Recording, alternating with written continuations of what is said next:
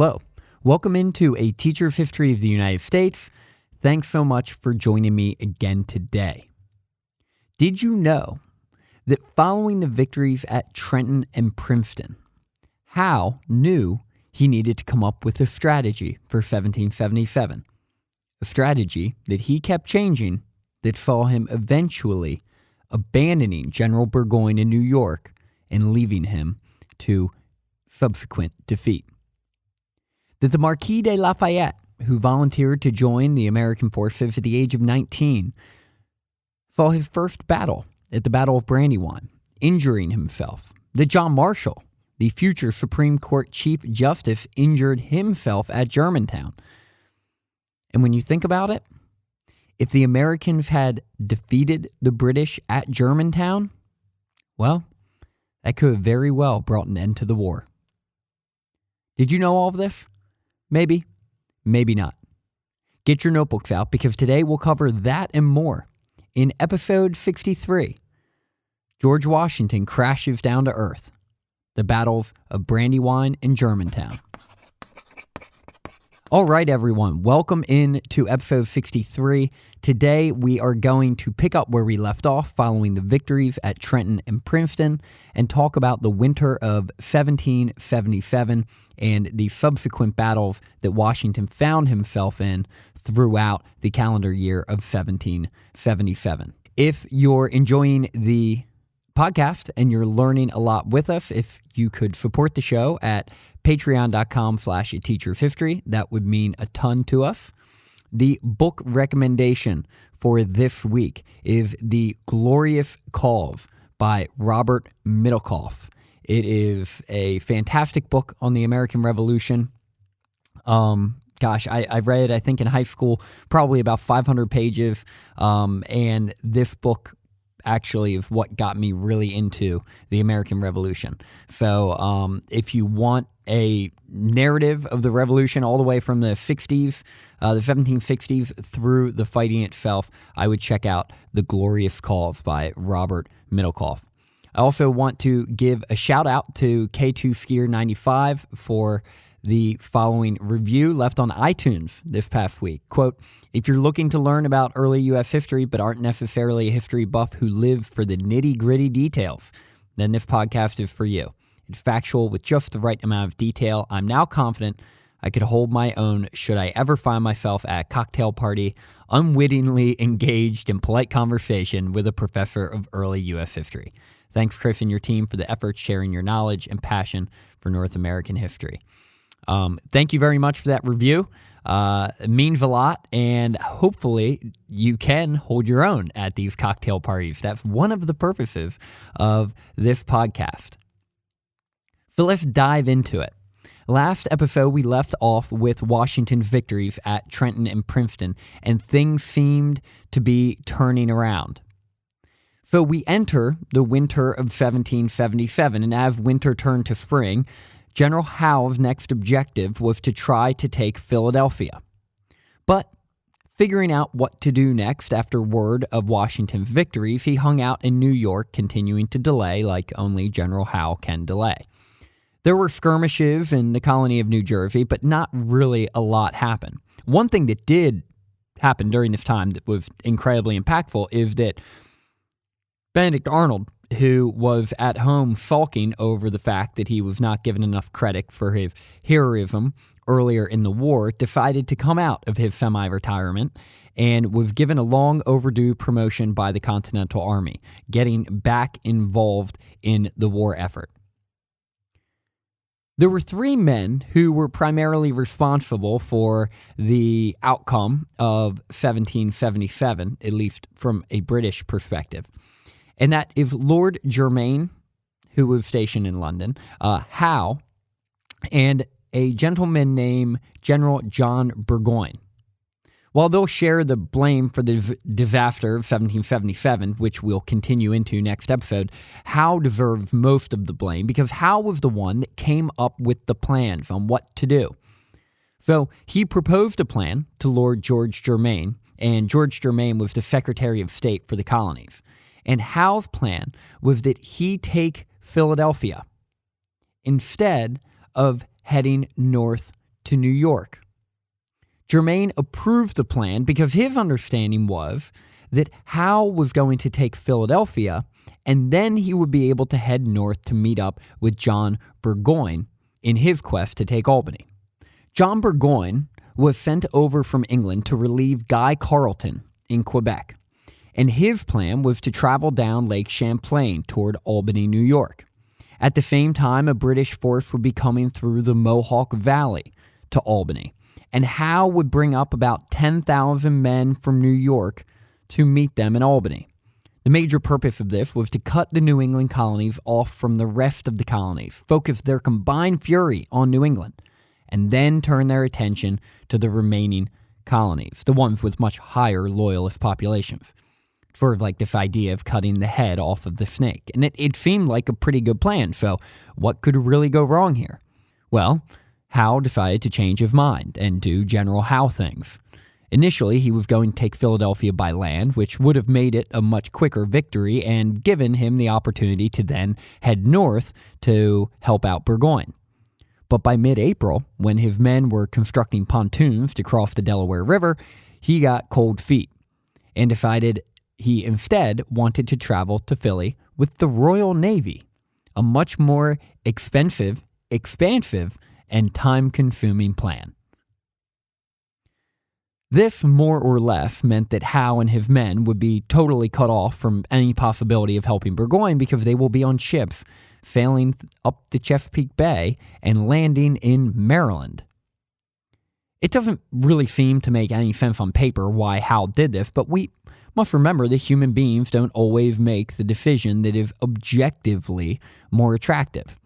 There's a good chance that jealousies, pride, and ego played a role in Howe's decision to take Philadelphia. Historian John Alden notes the jealousies among the various British leaders, saying, quote, "It is likely that Howe was as jealous of Burgoyne as Burgoyne was of him, and that he was not eager to do anything which might assist his junior up the ladder of military renown." End quote.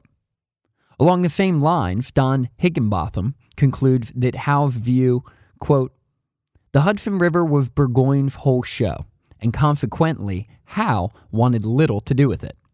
With regard to Burgoyne's army, he would do only what was required of him, which was virtually nothing."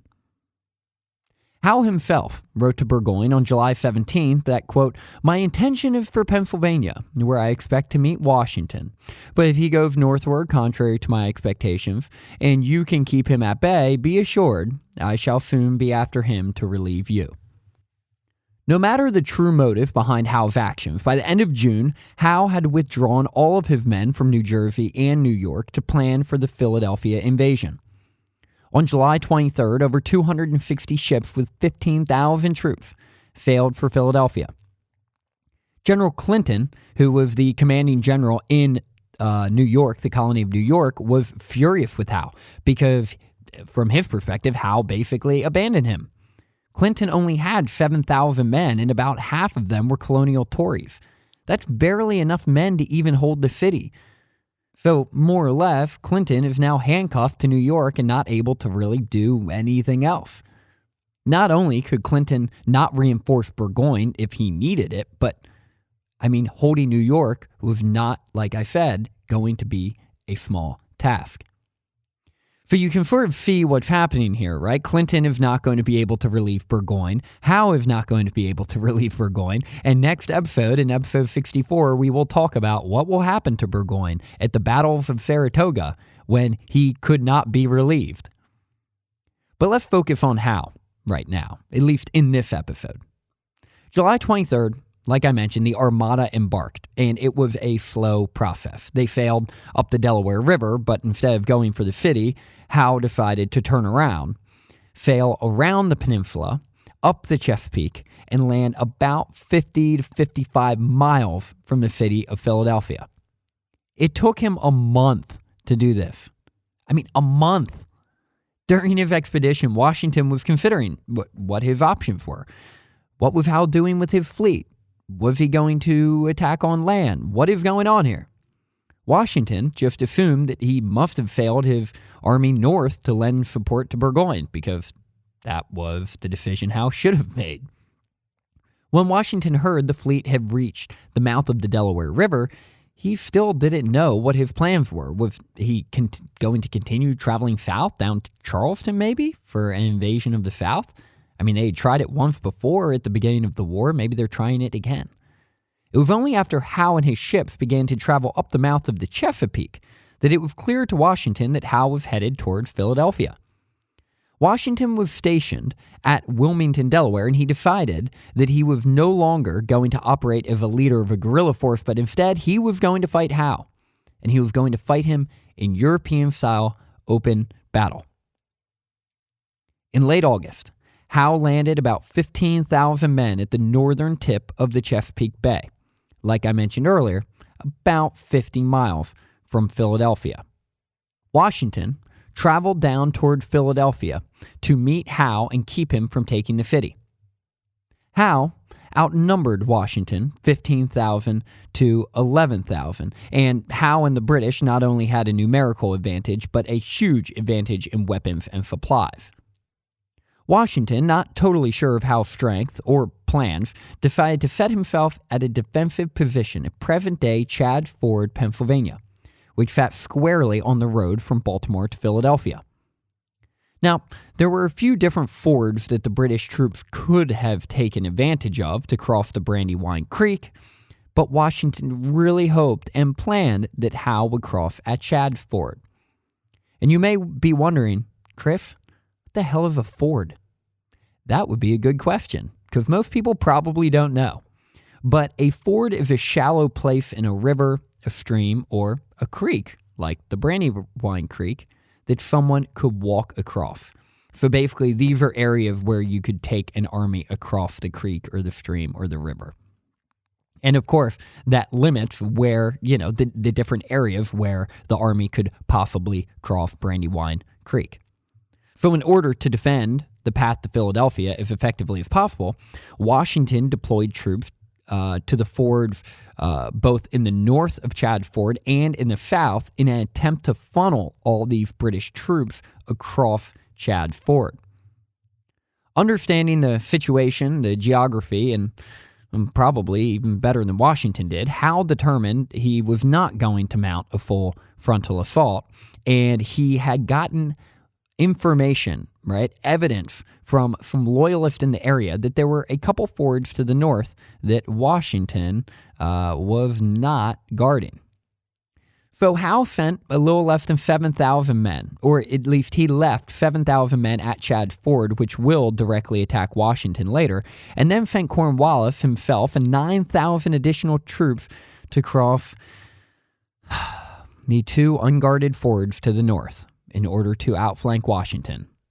Exactly like he did at the Battle of Long Island. Exactly like he did at the Battle of Long Island. The fact that Washington seemed to not have prepared for this approach or done much to defend against it is somewhat inconceivable, considering what he had gone through at the Battle of Long Island. Seriously, Washington? How did you not see this coming? But, playing devil's advocate, Washington, probably the intelligence he had, he didn't know those fords were there. So I guess you could try to give him the benefit of the doubt. In the early morning, under heavy fog, the British and Hessian troops began to march on the road toward Washington and his men, which is present-day Route 1. Washington was receiving conflicting reports, so he was still assuming the main attack would be coming across Chadds Ford. Meanwhile, Howe and Cornwallis were beginning their 17-mile, 9-hour march to outflank Washington with the main force.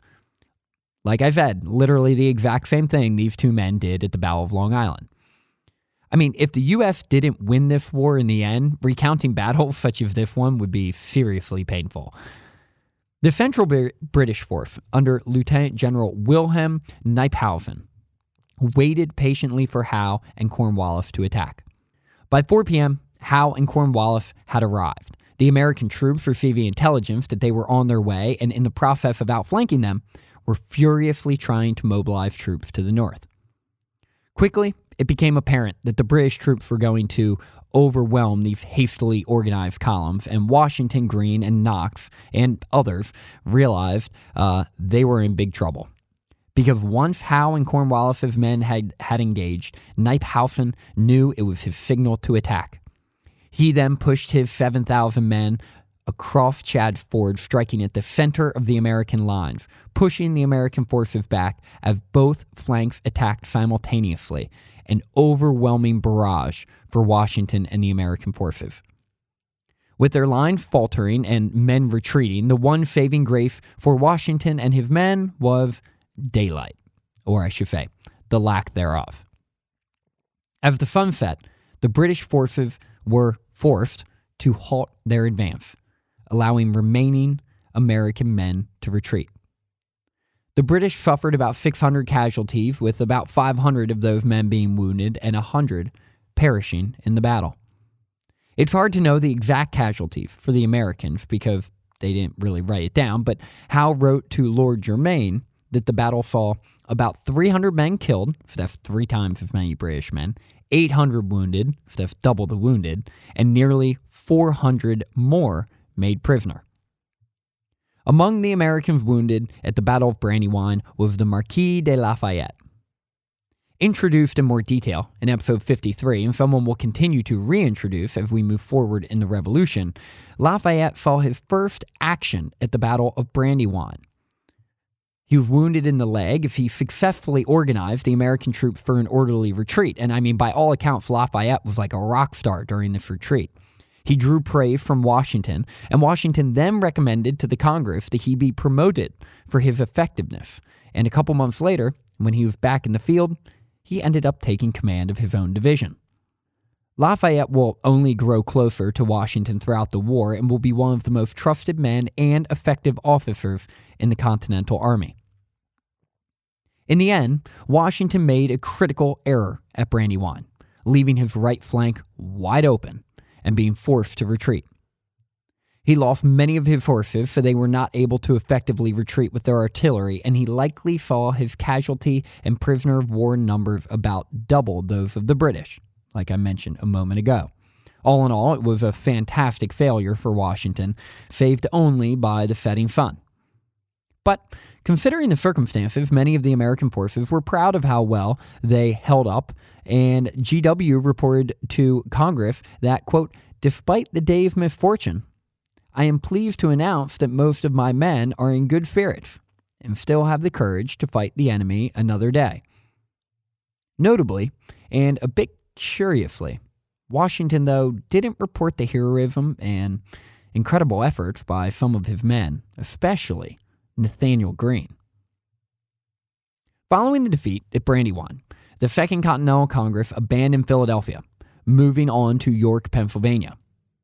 After a few days of maneuvering, Howe was able to get around Washington and take the capital city of Philadelphia on September 26th. And Howe was pumped, expecting that the capturing of this city to be the end of the war, more or less, at least for all intents and purposes. Howe was disappointed when really there was little impact on the broader war. The impact of him taking Philadelphia was, well, just that. He took the city of Philadelphia. After taking Philadelphia, Howe left a few thousand troops to defend the city and took about 9,000 men north of the city, settling in Germantown, Pennsylvania, while trying to figure out where Washington was and how he could crush him once and for all and be done with it. Recognizing that there was time for about one more major engagement before camping for winter, Washington figured this was his chance. This was his time to attack, while Howe's troops were divided. And that brings us to the Battle of Germantown. The American plan was to march 4 separate columns through the night, surprise the British, and attack them, catching them off guard. It was an incredibly difficult and complicated maneuver, one that Washington was slowly becoming well known for by this point. He seemed to always find a way to make things more complicated than they needed to be. After dusk on October 3rd, the American forces began their 16-mile march. 16 miles in total darkness. No walkie-talkies, no radios, no cell phones. You can imagine how difficult the communication must have been.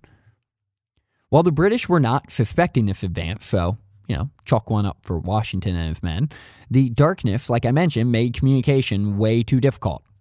The march took longer than expected, and the American forces did not arrive at the British camp all at the same time, like they were supposed to, nor did they arrive at sunrise, like they had hoped. They were staggered throughout, and they were short of their intended positions.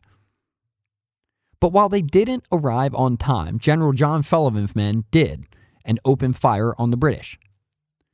Many of the British, Howe included, had advanced outside of Germantown to meet Sullivan's men, just assuming that it was some type of scouting party. Later finding out it was much more than that, and they were driven back toward Germantown. As some of the other American columns began to advance, the British fortified a mansion from the Chew family, which was in advance of the British camp. While this sounds seemingly innocuous, the Americans had a really hard time driving these 120 British soldiers out of this stone mansion. And you're probably thinking, who cares about a stupid stone mansion when you have a battle to fight? But it was actually sort of a big deal. Washington called a war council and figured, let's just lay siege to this bad boy and keep on marching because we don't have time for this. But Knox said, not so fast.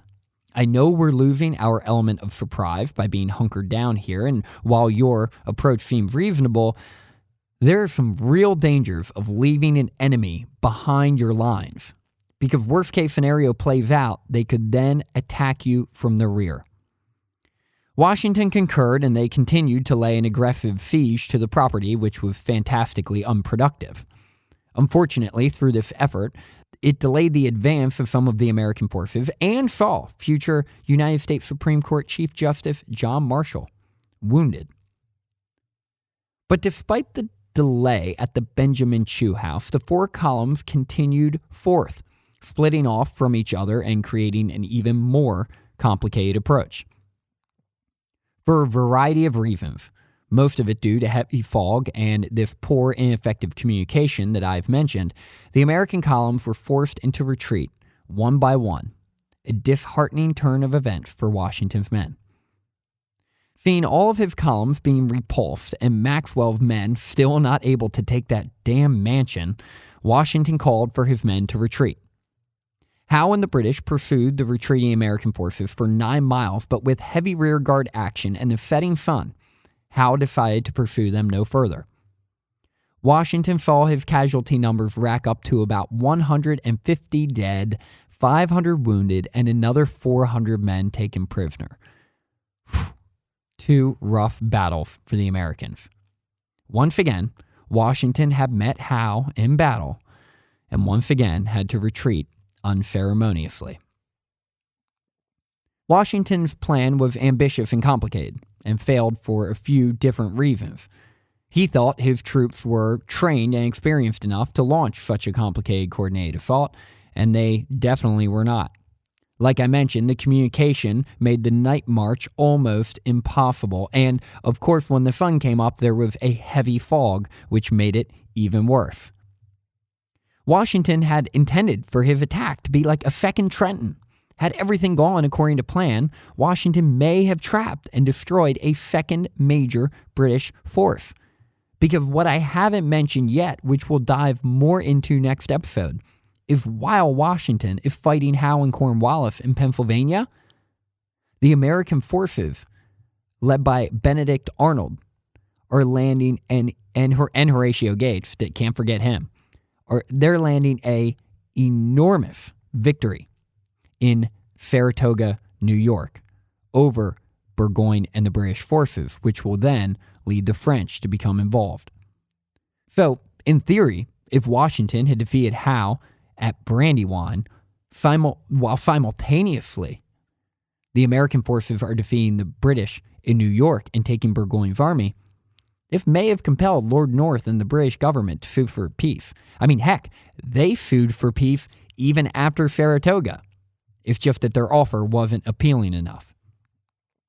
The battle was a limited strategic success for the British, but had long-term strategic consequences that favored the Americans. Once again, Howe was too slow. He did not follow up on his success, and he allowed Washington to escape again and camp for the winter at Valley Forge.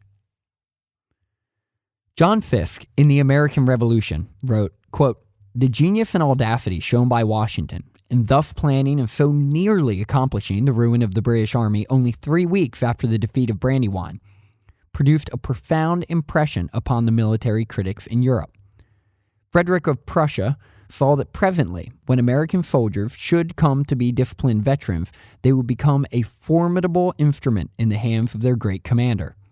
And the French court, in making up its mind that the Americans would prove efficient allies, is said to have been influenced almost as much by the Battle of Germantown as by the surrender of Burgoyne at Saratoga." And that's what we'll dive into next week. Because while, like I mentioned, Washington's fighting in Pennsylvania, Horatio Gates and Benedict Arnold are taking it to the British up in New York at the battles of Saratoga.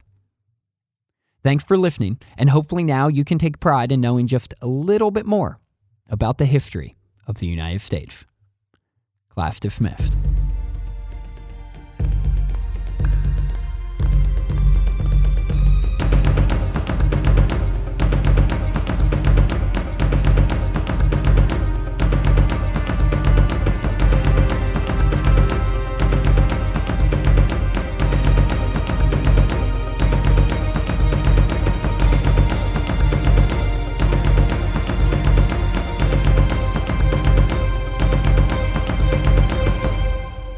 If you'd like to raise your hand and participate, please feel free to reach out. You can find us on Facebook, A Teacher's History of the United States podcast, and you can find us on Twitter at A Teacher's Hist. Shoot me an email, chris@ateachershistory.com, and if you're willing and able to support the show on Patreon, we'd really appreciate it.